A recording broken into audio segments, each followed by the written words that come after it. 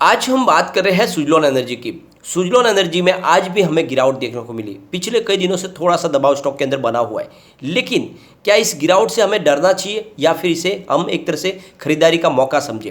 आप देखेंगे कि छोटा सा पेनी स्टॉक है, लेकिन जिस सेक्टर में कंपनी काम करती है उस सेक्टर में आने वाले समय में बहुत सारी अपॉर्चुनिटी निकल के आने वाली है। तो यहाँ पे बहुत सारी अपडेट है जिनको एक एक करके डिस्कस करेंगे और जानने की कोशिश करेंगे क्या आने वाले समय में वाकई में एक बड़ा मल्टीबैगर साबित हो सकता है। अगर आप देखेंगे तो यहाँ पे जो शेयर होल्डिंग पैटर्न है वो बहुत ही ज़्यादा चौंकाने वाला है। लगातार सबकी तरफ से खरीदारी बढ़ रही है, तो फिर यहाँ पे ये नीचे स्टॉक क्यों जा रहा है, क्या है इसके पीछे वजह? दूसरी तरफ अगर देखें तो यहाँ पे जो अपडेट आ रही है वो ये साबित करती है कि आने वाले समय विंड पावर सेक्टर में बहुत बड़ी तेजी आने वाली है। और जिस तरह से गवर्नमेंट अपना गोल सेट किया है उसके लिए एक बड़ा जरिया बनने वाली है सुजलॉन एनर्जी, क्योंकि हिंदुस्तान की सबसे पुरानी विंड पावर की ये कंपनी है और इंडिया की नंबर 1 कंपनी है। भले ही यहाँ पे आप देखोगे तो कंपनी के ऊपर कर्ज है, लेकिन उसका भी रास्ता गवर्नमेंट ने निकाला है और गवर्नमेंट ने जिस तरह से कंपनी के ऊपर जो कर्ज था उसको हल्का किया है। एक तरह से जो बैंक थी जिनको कर्ज चुकाना था उनको सारा का सारा पैसा गवर्नमेंट ने अपनी तरफ से चुकाया है और अब कंपनी की जवाबदारी है कि वो पैसे है सरकार को दे, और उसके लिए भी बहुत सारी राहत के द्वार खोले हुए। उनके लिए टाइम भी बढ़ा दिया गया है, उनके लिए इंटरेस्ट भी कम कर दिया गया है। जब इतनी सारी राहत मिल रही है सुजलॉन को, तो फिर ये स्टॉक कैसे डूबेगा? कैसे इस कंपनी में आगे भी हमें लॉस की संभावना बनेगी? तो क्या इस बॉटम प्राइस से हमें निवेश कर लेना चाहिए या फिर अभी और गिरावट होगी? तो इन सारी बातों को जानेंगे इस वीडियो के माध्यम से। लेकिन फ्रेंड, उससे पहले अगर आप पहली बार हमारे चैनल पे आए तो चैनल को सब्सक्राइब कर दीजिए, एक बेल आइकॉन दबा दीजिए ताकि जब भी नया वीडियो बने पहला नोटिफिकेशन आपको मिले। वीडियो पसंद आए तो लाइक शेयर जरूर कीजिए। चलो फ्रेंड्स, वीडियो स्टार्ट करते हैं। मैं हूं आपका दोस्त एस.बी. दवे और हमारे अपने चैनल ऑनलाइन कमाई में आपका बहुत बहुत स्वागत है। सबसे पहले आज के ट्रेडिंग को डिस्कस कर लेते हैं। स्टॉक ओपन हुआ 6.65 पर, लो बना 6.40 का, 6.70 का हाई है और अंत में क्लोजिंग 6.45 पर, जहाँ पे 3.01% की गिरावट देखने को मिली। इस गिरावट के पीछे वजह यह है कि आज निफ्टी एनर्जी में भी हमें लगभग 1% की गिरावट देखने को मिली। तो पूरे पावर सेक्टर में दबाव था। नतीजा ये रहा कि हमें सुजलॉन में ज़्यादा गिरावट देखने को मिली। वैसे भी इस समय पेनी स्टॉक में वापस ज़्यादा दबाव दिखाई दे रहा है। काफ़ी समय से पेनी स्टॉक में जो तेज़ी बनी थी उसके बाद में यहाँ पे प्रॉफिट बुकिंग भी हो रही है। अगर वॉल्यूम की बात करें तो आज बीएससी में 1,16,46,000 का वॉल्यूम हुआ। सामने 52,45,000 की डिलीवरी उठाई गई। डिलीवरी का परसेंटेज 45.04% है। बात एनएससी की करें तो 3,71,54,000 का वॉल्यूम हुआ और सामने 1,81,29,000 की डिलीवरी उठाई गई। डिलीवरी का परसेंटेज 48.80% है। तो आप देख सकते हो लगभग 50% के आसपास डिलीवरी बेस काम हो रहा है। लेकिन यहाँ पे आप समझ सकते हो कि अच्छी खासी खरीदारी भी हो रही है और वो भी डिलीवरी बेस। वॉल्यूम को एनालिस करें तो पिछले एक महीने पहले इसका 6 करोड़ का वॉल्यूम था, 1 वीक पहले भी 6 करोड़ का वॉल्यूम हुआ था और फ्राइडे को 4 करोड़ का वॉल्यूम था। आज फिर से 5 करोड़ का वॉल्यूम हुआ। अच्छे वॉल्यूम के साथ में कामकाज हो रहा है और यहाँ पे काफ़ी अच्छी खरीदारी भी हो रही है, लेकिन कुछ बड़े फंड हाउस की बिकवाली भी हो रही है।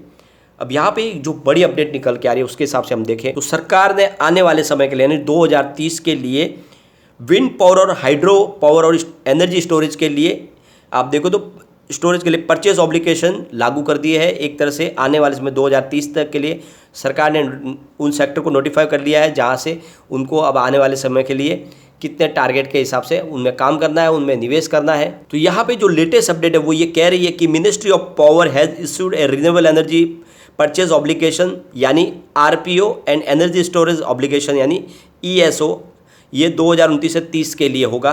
तो इन्होंने एक खाका तैयार कर दिया सरकार ने आने वाले समय में किस तरह से सेक्टर में आगे बढ़ना है। अब ईयर वाइज यहाँ पे अगर हम देखें इसका आरपीओ विंड पावर का, तो यहाँ पे फाइनेंशियल ईयर 2022 से 23 के लिए 0.81% रखा गया है और 23 से 24 के लिए 1.60% रखा गया है और यहाँ पे देखें तो 24 से लेकर 25 के लिए उसको 2.46% तक पहुँचेगा और 25 से 26 का 3.36% और यहाँ पे आप देखोगे तो 26 से 27% 4.29% और 27 से 28 ईयर के लिए 5.29% और 28 से 29 के लिए 6.16% और 29 से 30 के लिए 6.94%।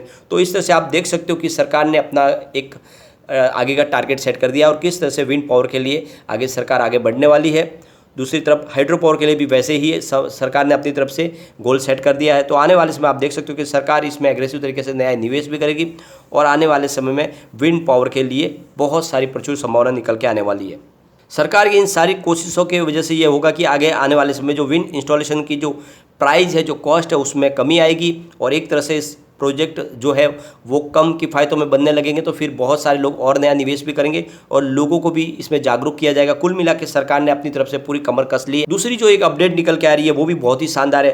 तमिलनाडु ने जो अपना आने वाले समय के लिए पावर एनर्जी कंजम्पशन का जो पूरा डिटेल जो खाका है वो तैयार कर लिया है। एक तरह से देखें तो आने वाले 5 महीनों में तमिलनाडु का कहीं पर भी पावर कट की प्रॉब्लम से नहीं जूझना पड़ेगा। उन्होंने ग्रीन एनर्जी का अपना सोर्स तैयार कर लिया है, यानी जितनी थर्मल पावर प्लांट से जो बिजली का उत्पादन उसके सामने उन्होंने ग्रीन एनर्जी को भी एक सोर्स के रूप में पैदा कर दिया है। और आने वाले समय यानी जुलाई से लेकर नवंबर 2022 तक के लिए उनके पास सफिशिएंट बिजली होगी, किसी भी प्रकार की उनकी प्रॉब्लम नहीं होगी। उसका वजह यह है कि उन्होंने ग्रीन एनर्जी में बहुत कुछ अचीवमेंट किया है। एक तरह से देखें तो दूसरे स्टेट के लिए एक बहुत बड़ा उदाहरण होने वाला है तमिलनाडु से, जहाँ पे ग्रीन एनर्जी को जल्द से जल्द अपनाया गया और लगातार उसमें आगे बढ़ रहे हैं। आने वाले समय में आप देख सकते हो कि तमिलनाडु पूरी तरह से ग्रीन एनर्जी के ऊपर डिपेंड हो जाएगा और ये ही सरकार चाहती है। यहाँ पे जो अपडेट है उसके हिसाब से सरकार चाहती है कि हर स्टेट कम से कम 25% अपनी एनर्जी का जो इस्तेमाल होता है वो रिन्यूएबल एनर्जी के माध्यम से करे, यानी जो भी सोर्स हो वो ग्रीन एनर्जी का हो। 25% सरकार चाहती है कि कम से कम वो कोई भी स्टेट है उसमें इस्तेमाल करे। यानी एक तरह से देखें तो ये इस गोल को आगे बढ़ाया जाएगा, क्योंकि सरकार का जो अपना गोल है कि 2030 तक 500 गीगावाट पे पहुंचना है, तो इसके लिए ज़रूरी है कि अभी से हर राज्य कम से कम 25% ऊर्जा का इस्तेमाल ग्रीन एनर्जी के माध्यम से करे। तो सरकार ने इसके लिए अपनी तरफ से कोशिश जारी कर दी है और हर स्टेट को कहा गया है कि आप ज़्यादा से ज़्यादा ग्रीन एनर्जी का इस्तेमाल करें इलेक्ट्रिसिटी कंजम्पशन में, जिसमें आप देख सकते हो कि सोलर पावर होगा, विंड पावर और हाइड्रो पावर होगा। तो कुल मिला के आप देख सकते हो कि इस सेक्टर में बहुत सारी संभावना आने वाली है। तो ऐसे में बिना डरे ये स्टॉक में निवेश का मौका है। छोटा स्टॉक आने वाले समय में एक बड़ा धमाल कर सकता है। यहाँ पे सबसे उत्साहवर्धक जो आंकड़े हैं वो है इसके शेयर होल्डिंग पैटर्न में छुपे हुए। यहाँ पे आप देखोगे तो जो शेयर होल्डिंग पैटर्न है वो इशारा करता है कि यहाँ पे सब कोई निवेश कर रहे हैं। आप देख सकते हो कि प्रमोटर की होल्डिंग दिसंबर में 16.04% थी, मार्च में वो घट के 15.85% तक आई और जून में और कम हुई 14.92% तक आई।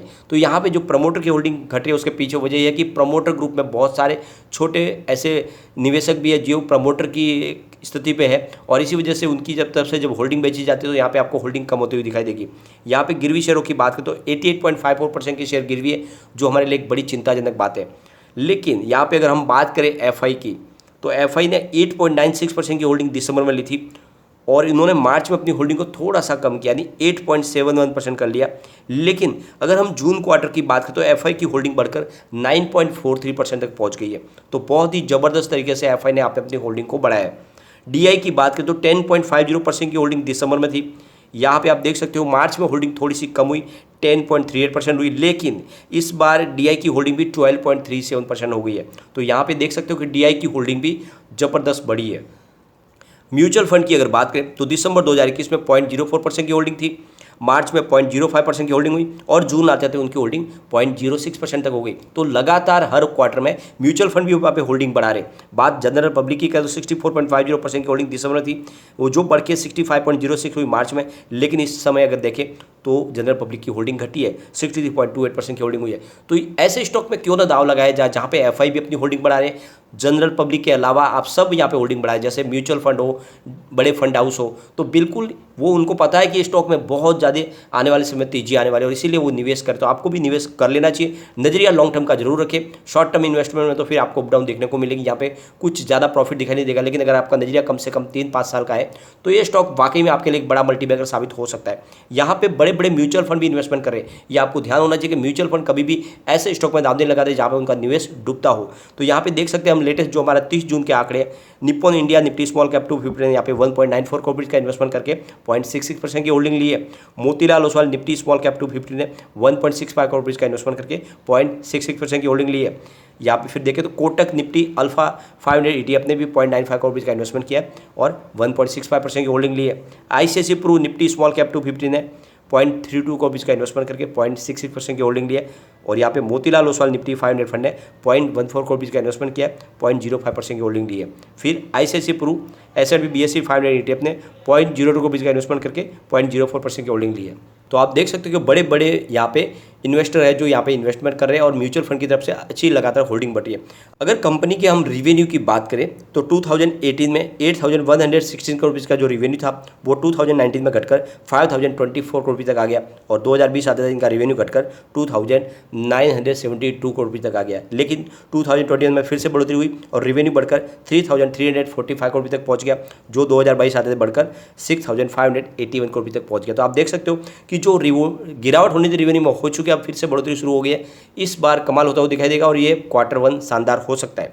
यहाँ पे अगर इनके प्रॉफिट लॉस की बात करें तो 2018 में 389 करोड़ रुपये का लॉस था, 2019 में 1,531 करोड़ का लॉस, जो 2020 में बढ़कर 2,691 करोड़ का बड़ा लॉस हुआ। लेकिन 2020 में कंपनी आई प्रॉफिट में, करीब 100 करोड़ रुपये का प्रॉफिट हुआ। इस बार 2022 में इनके इक्विपमेंट की जो कॉस्ट बढ़ी उसकी वजह से इनको करीब 166 करोड़ रुपये का लॉस होता है। लेकिन आप देख सकते हो कि आने वाले समय आपको फिर से प्रॉफिट की संभावना दिखाई देगी। तो बिल्कुल निवेश करें। यहाँ पे कम्युनिटी सेंटिमेंट भी यही कह रहे हैं कि यहाँ पे आपको इन्वेस्टमेंट करना चाहिए।